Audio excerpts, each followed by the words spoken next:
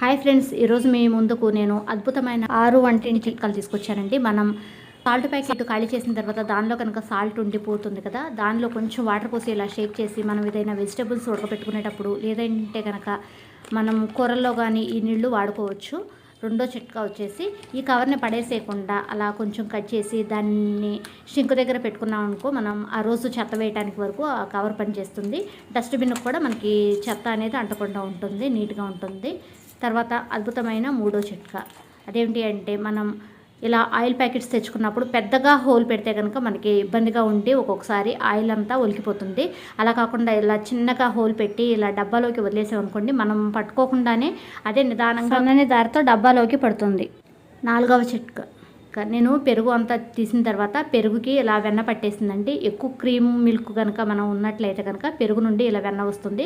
ఆ వెన్న గరిటిని అలా వదిలేయకుండా దాన్ని మనం ఏదైనా కర్రీస్ చేసుకునేటప్పుడు దానిలో అలా పెట్టేసి కొంచెం సేపు కనుక ఉన్నిచ్చినట్లయితే ఆ వేడికి ఆ వెన్న మొత్తం కరిగి కర్రీలోకి వెళ్ళిపోతుంది. కర్రీను టేస్ట్గా ఉంటుంది, మనకి గరిటగా ఉన్న మొత్తం జిడ్డంతా పోతుంది, ఆ వెన్న అంతా కర్రీలోకి వెళ్ళిపోతుంది.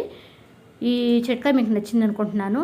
టిప్ 5, మనకి కుక్కర్ విజిల్ వచ్చేటప్పుడు ఇలా వాటర్ కనుక లీక్ అవుతుంది అంటే కనుక మనకి ఇది గ్యాస్ కట్టర్ పోయిందని అర్థం అండి. అలా గ్యాస్ కట్టర్ పోయిన తర్వాత కూడా దాన్ని సంవత్సరం వరకు ఎలా వాడవచ్చో చూద్దాము. అలా గ్యాస్ కట్టర్ తీయంగానే దాన్ని ట్యాప్ దగ్గర నీళ్ళలో కడిగేసి ఇలా డీప్ ఫ్రిడ్జ్లో వాడంగానే డీప్ ఫ్రిడ్జ్లో కనుక పెట్టుకున్నట్లయితే సంవత్సరం వరకు దాన్ని పోయిన తర్వాత కూడా వాడవచ్చు.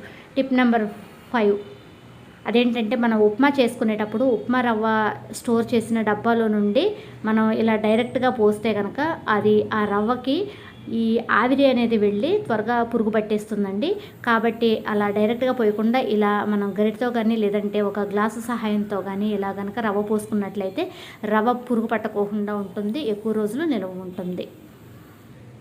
టిప్ నెంబర్ 6, మనం ఉప్మా చేసేటప్పుడు అది మరింత టేస్ట్గా ఉండాలి అంటే మనం దింపేటప్పుడు కొంచెం లూజ్గా ఉంది అనుకున్నప్పుడే దానిలో కొంచెం నెయ్యి కనుక యాడ్ చేసి మూత పెట్టినట్లయితే చాలా టేస్ట్గా ఉంటుంది.